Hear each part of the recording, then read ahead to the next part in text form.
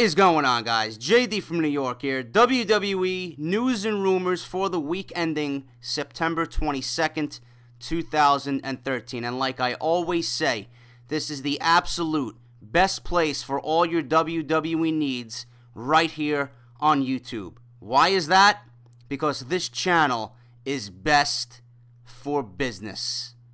And before I get into the news, guys, I do have one small bit of information just to fill you guys in. I will be away Tuesday, Wednesday, Thursday, and Friday. I have videos all scheduled to be uploaded in my absence, but there may be a small chance I do not get to News and Rumors next week. If I do get some time, I will do it on Saturday or Sunday. But if you guys are not following me on Twitter, you need to go do that right now, because Twitter is the absolute best place to keep updated on everything regarding this channel. Okay, so if I don't get to it, I will do it on Saturday or Sunday of next week, but I will be away Tuesday, Wednesday, Thursday, and Friday. I'm going to take a nice little road trip to New Jersey and visit my best friend, play some poker, have some beers, relax, and get away from the city life, okay? So, like I said, I might do it on Saturday or Sunday, so I don't need you guys telling me, JD, where's News and Rumors, where's this, where's that? I will be back, and I will keep you all updated. Do not worry. But, as for this week, I got a ton of news for you guys. Let's get right into it. Gonna start off with news on CM Punk. Now, if you guys noticed on this past Monday Night Raw, CM Punk was not on the show. Paul Heyman was there, Curtis Axel was there, Ryback was there, but CM Punk was not there. CM Punk was not on Raw this week because he is injured yet again. Punk is dealing with an injured knee and ankle, plus other nagging injuries. The attack from Ryback on Sunday at Night of Champions gives Punk a week or two away from WWE TV. Punk's health is the reason why he's been limited at recent WWE live events. Now, this is where the topic gets good, because this is the most interesting part of this little article I found on CM Punk. Punk's future with the WWE has been a hot topic these days amongst WWE wrestlers. Lots of people are talking about how CM Punk's deal expires in the summer of 2014 and what this means for the future of CM Punk. It's probably too early to tell what the WWE has in store for him, but it's being talked about among the other talents backstage. This is what I have to say about this. CM Punk is a WWE lifer. Vince McMahon knows this. He's going to make money for Vince. He's going to do whatever he needs to do to sign this guy, just based on that fact and fact alone. Okay? You know, all the other stuff about CM Punk is a given. It's an automatic to me. Punk is one of the best things on TV. Punk is one of the best wrestlers in the company, not just in the company, but in the world. Okay? You need CM Punk's presence not only in the locker room, but on television and on pay-per-view, because he draws money. People want to see CM Punk. Okay? So, whatever CM Punk is going to go through when his contract expires, Vince needs to pay this man whatever he wants. And, you know, in my honest opinion, Punk has certainly earned what he's got coming to him, pretty much, because what he's done since he signed his last deal, you know, it's been extraordinary. WWE title reign for 430-something days. You know, it's absolutely crazy what this man brings to the product. And just based on that fact alone, he needs to be compensated handsomely. So if I was Vince McMahon, if I was the leader and the one signing the checks at WWE, CM Punk would be at the top of the list to get a deal done before next summer, because that's how important he is to this company. And who knows, they may do another angle where Punk, where they tie in Punk's real life contract negotiations and put it on TV like they did last time. We don't know, but all I know is if I was Vince McMahon, Punk would be signed before his deal expires. No question. One of the best things on WWE TV, one of the best in the company as of right now. That's a given. I don't care what anyone says, it needs to happen. WWE putting Ryback with Paul Heyman is seen as a feast or famine, and one last chance for Ryback to make it as a top star. Well, if Ryback doesn't make it this time with Paul Heyman, if he doesn't get to the top of the food chain with Paul Heyman, there is absolutely no hope for Ryback. You know, this is a good move because Paul Heyman is a genius. The same thing is going to be happening to Curtis Axel. Axel's going to be slowly moving up the top of the food chain, up the top of that ladder in the WWE. The same thing's going to happen to Ryback now that he's aligned with Paul Heyman. Ryback is going to gain not only on screen, just with Paul Heyman's presence, but Paul Heyman backstage.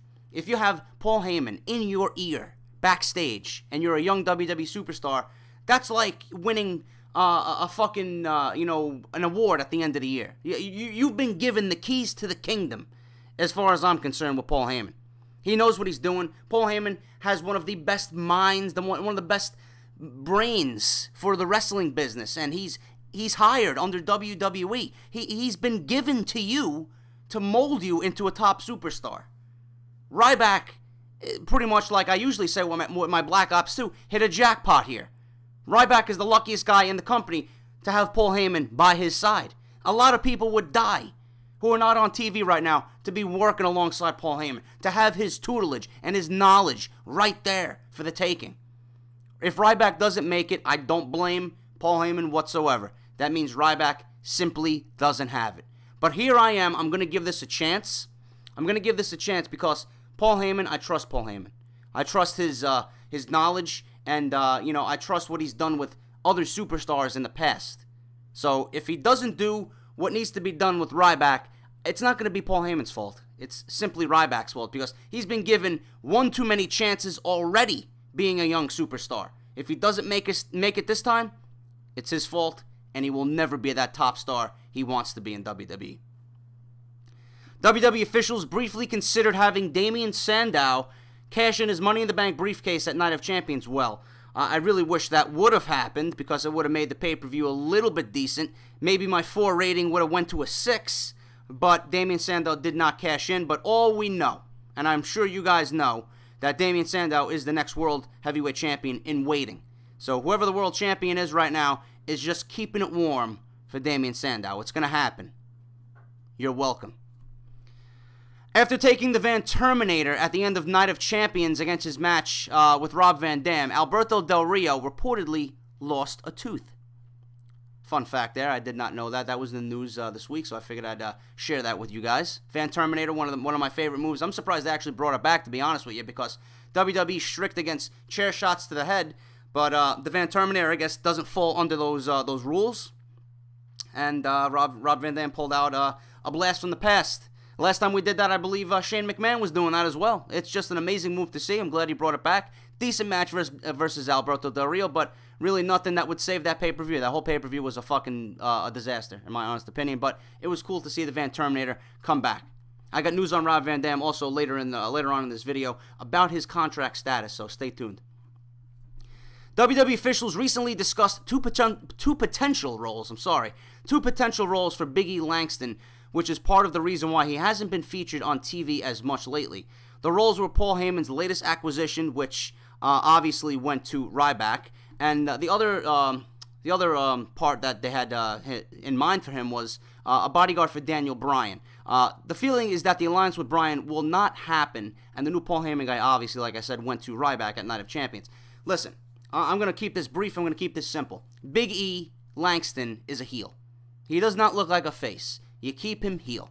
I don't want Daniel Bryan being mixed up with Big E Langston either as a bodyguard. Daniel Bryan doesn't need a bodyguard. That would just ruin the whole aura of Daniel Bryan. Daniel Bryan needs to conquer the corporation. He needs to defeat the corporation on his own. He needs to win the WWE Championship on his own. He doesn't need a bodyguard, so that would be an immediate fail.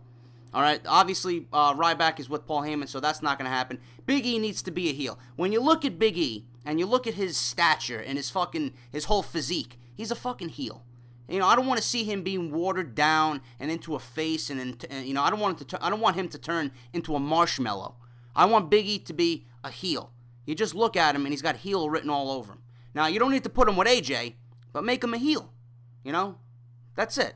You know, that's all I want to see out of Big E Langston. I do not want to see him as a face because that will ruin his young career. We don't want to see that.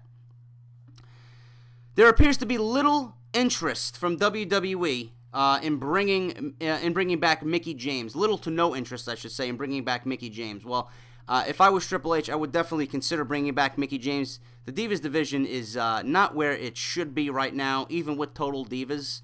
There really is nobody on the roster that can really go in the ring besides AJ. and Natalya. I don't really trust anybody else on the roster. If you bring in Mickie James, that kind of solidifies another top spot in the Divas division and just, enhances the division as a whole. So I don't see why there is little to no interest at all in bringing in Mickie James. She's attractive. She's young. She knows how to go in the ring. She can do well on the mic. She's pretty well known in the wrestling industry. I don't understand why they wouldn't bring her back. I don't see the harm in that. But listen, I don't run WWE, and apparently, according to this this news post that I found this week, no interest in Mickie James. What can I say? As noted before, this is an interesting story. The Shield versus Cody Rhodes, Goldust, and Dusty Rhodes is being discussed for WWE's Battleground pay-per-view. There's a feeling that Dusty may not be used in the match because of his age, but it's said that if Vince McMahon gets his way, Dusty will be in the match. Some feel that Dolph Ziggler should team with Cody and Goldust if this match does happen. Now, I am all for that. Ziggler, Goldust, and Cody. That's a great match against the Shield, man. I would immediately book that match for the pay-per-view because it makes sense and it falls under the category of it's best for business. I don't want to see Dusty Rhodes in the ring. I don't want to see Dusty anywhere near a ring. All right? The Shield obviously is playing their roles perfectly as Triple H and Randy Orton's henchmen. Okay? They're out there to do the dirty work and abide by Triple H's rules.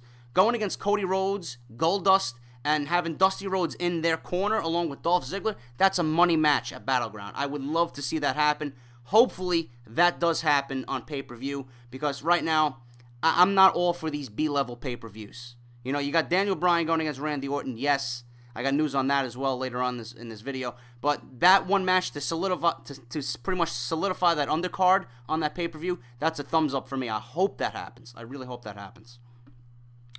Vince McMahon was said to be very pleased with Daniel Bryan versus Roman Reigns on Monday Night Raw this week in the main event. The match was seen as Reigns' best in-ring work yet.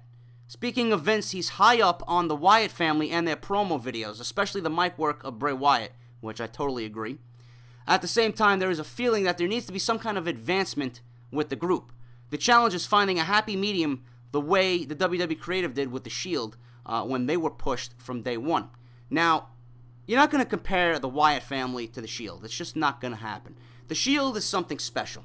Not saying that the Wyatt family is not anything special. It's just the Shield was in the right place at the right time. They had the whole gimmick, to bring back the justice in the WWE system. They were there to make what was right and do what they thought was right.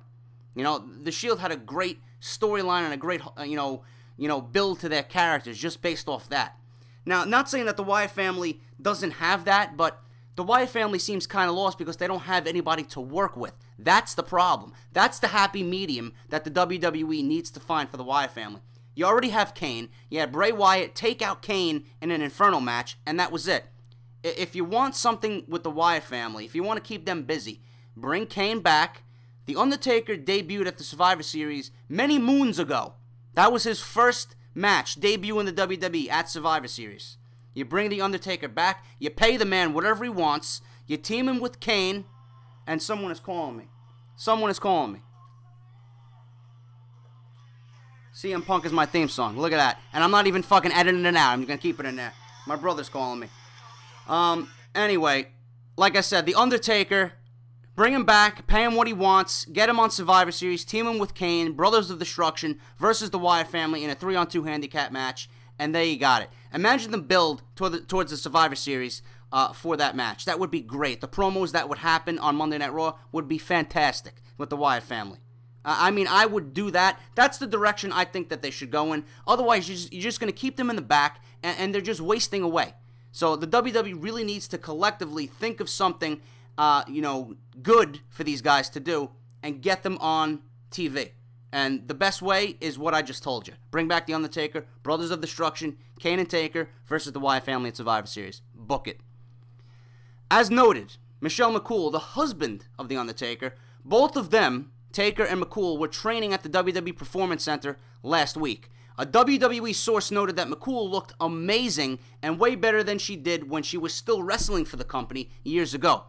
It is also noted that years ago she was in serious talks about coming back, but there was a feeling now that now would be a good time for her to return because she can make it back in time to set up a run that would get her a nice WrestleMania 30 payoff. Again, Mickie James, I would bring her back. McCool, sign her to a one-year deal. What's the worst that could happen? Then you'll have McCool, Mickie James, AJ, Natalya, Caitlyn. You bring back, you sign one of the knockouts that was recently let go from TNA, Velvet Sky, I believe it was. Listen, Divas Division could be smoking. It could be off the charts good. Bring back Karma. Listen, WWE needs to get their act together with the Divas. We want to see Divas wrestling. I'm a big fan of Total Divas, and I'm not afraid to admit that. I watch it every week. I'm interested to see the progress of that show. I'm interested to see what they do behind the scenes. It gives us regular fans a glimpse of what happens backstage. And I have a little bit more respect for the Divas after watching the show, whether it's scripted or not. But having McCool and then Mickie James back in the WWE, listen, where's the pen and paper? Sign them both. That's just my opinion on that. News on Rey Mysterio. You guys have been asking me about Rey Mysterio. He is back. He's been wrestling on WWE Live house shows. But news on Rey Mysterio this week is that Ricardo Rodriguez may be put with Rey Mysterio as his personal ring announcer when Rey returns.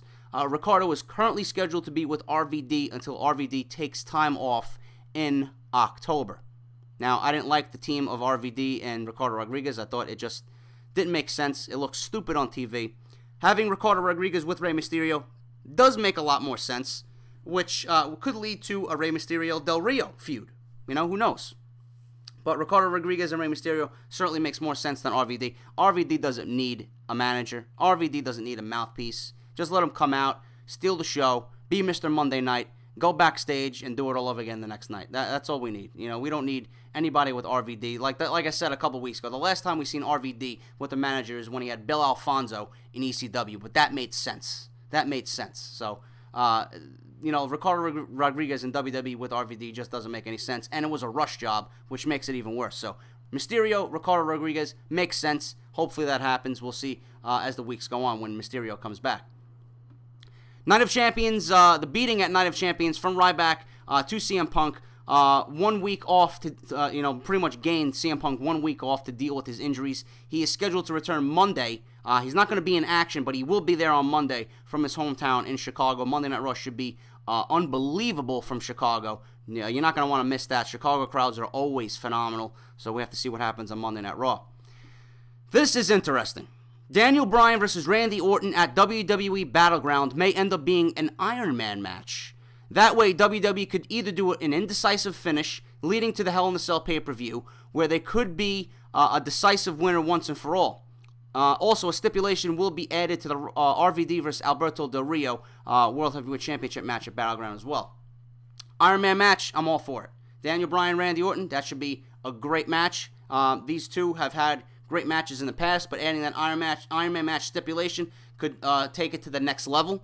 The indecisive finish, listen, Daniel Bryan's not going to win the WWE Championship back right away, but listen, if Daniel Bryan doesn't win and Randy Orton is, named the new WWE Champion at Battleground, it's just going to make the reports of the titles swapping back and forth true, okay? We had Randy Orton win it. Daniel Bryan won it. It's stripped. Randy Orton's going to get it. Daniel Bryan will probably win it in the Hell in a Cell once and for all. One definitive winner after that. I like that. I'm on board with that. As long as the storyline makes sense and continues on a weekly basis and there's no loopholes in it, like there is usually with a WWE storyline, I'm all for it. They did a great job on Monday Night Raw with Dusty Rhodes, and there's so many pieces to this angle where it's like, listen, you want to know what's going to happen. What's going to happen to Cody? What's going to happen with Goldust? What's going to happen with Dusty? What's going to happen to the guys who came in last week at the end of Raw and saved Daniel Bryan from another beating? What's going to happen to Ziggler, Ryder, the Usos who were there, primetime players? What's going to happen to those guys? RVD was there. Is Triple H going to punish them? There's a lot of questions that we want answered, and they're very good questions. And, and WWE's done a great job with this angle, and I've hyped this angle up so much. I like it. I'm enjoying it. I'm invested in it. I like the Iron Man match stipulation. If Randy Orton gets the title again and it's swapped back to Daniel Bryan at Hell in a Cell, I'm all for it because it'll be best for business, really. It would be best for business. So let's see how it goes. It's going to be a fun ride up until Hell in a Cell, and we'll see what happens. There's been a lot of talk within the WWE about how good Renee Young is in her role with the company. She was heavily praised after the Total Divas reunion show. It's a fun fact there. I really don't care about Renee Young. Mark Henry should be back on WWE TV very soon, possibly on Monday Night Raw from Chicago. Kevin Nash was interviewed at a recent Comic-Con in Montreal and said that he and Scott Hall should be inducted into the WWE Hall of Fame together as a unit. I agree with that completely. He also mentioned that nothing about an induction has been discussed with him or by anyone in WWE. I totally agree with Kevin Nash, thinking that the outsiders, both of them, Nash and Hall, should go into the Hall of Fame together. That would be an amazing moment if it did happen, but as of right now, according to reports and according to Nash, nothing has been discussed about a Hall of Fame induction. RVD, his current contract status with WWE was only for 90 days, where he will perform for 90 days before going home to take time off, rest, and regroup. He will then return to work another 90 days. RVD is currently scheduled to take time off from the WWE in October, like I previously mentioned before, either at Battleground or at Hell in the Cell. So after October, RVD will be no more for a little bit. He's going to go home, recuperate, rest up, probably come back by the Royal Rumble. Monday Night Raw, 2.96 cable TV rating, which was up last week from a 2.91.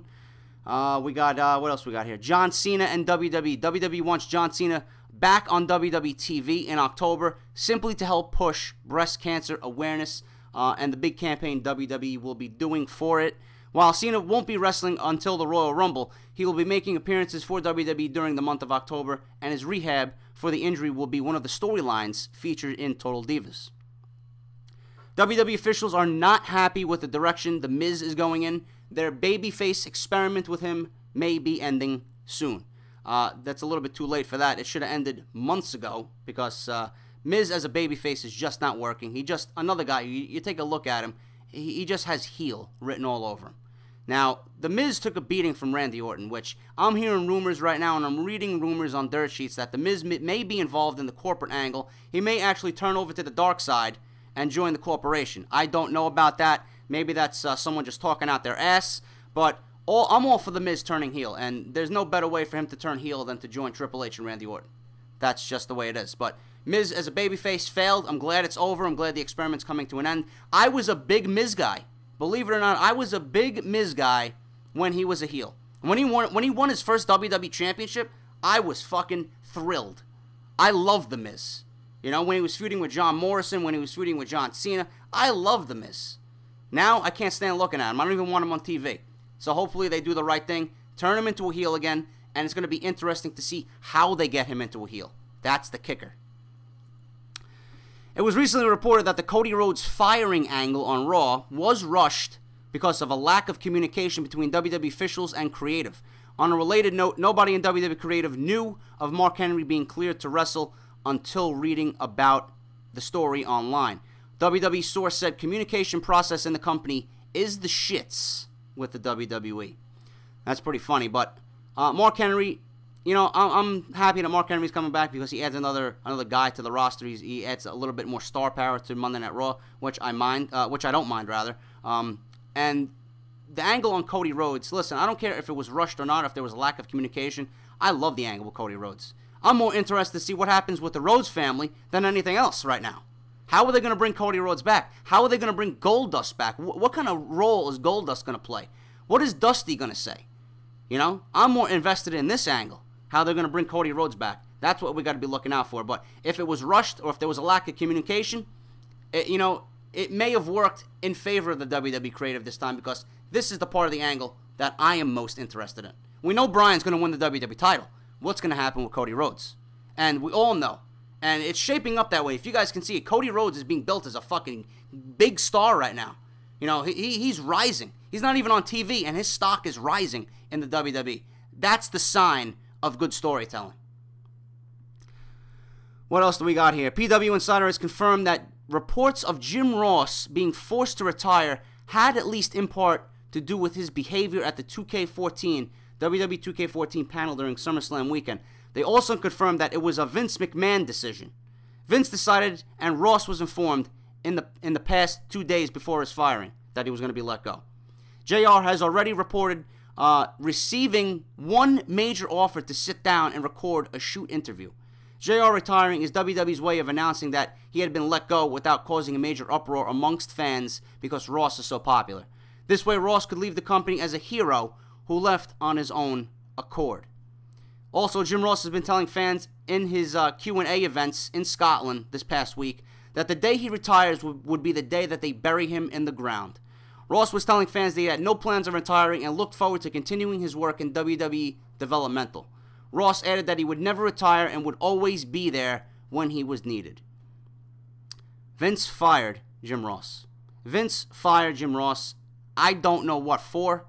The whole story is just so fucked up. I mean, I don't even want to go into it. You guys know how I feel. I made mention of this on News and Rumors a couple of weeks ago. JR was fired. It's fucked up how they treated Jim Ross throughout his entire WWE career. He certainly didn't deserve it.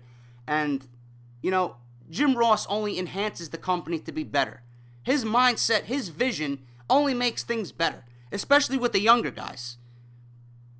If they were going to have him, work NXT, what better guys to have than Jim Ross down there to feed off of? I don't understand that. And I'm not really going to get into this because, like I said, I talked about this on News and Rumors. But, Vince, listen, I respect Vince. He's a great businessman. I've been a fan of the WWE, but at times, Vince is just fucked up. If there's other people in the company that I would let go before Jim Ross, and Jim Ross would definitely be at the forefront of everything I do within the company, with younger talent especially, if I was running that company. It's just a big mistake by WWE to let him go. It really is. Mick Foley was asked who might be the next Mick Foley at a comedy show in Boston over the weekend. At first he didn't answer, but he later on said that he thought Bray Wyatt or Dean Ambrose could be the next Mick Foley. I totally agree on both of those guys. And finally, guys, HBK.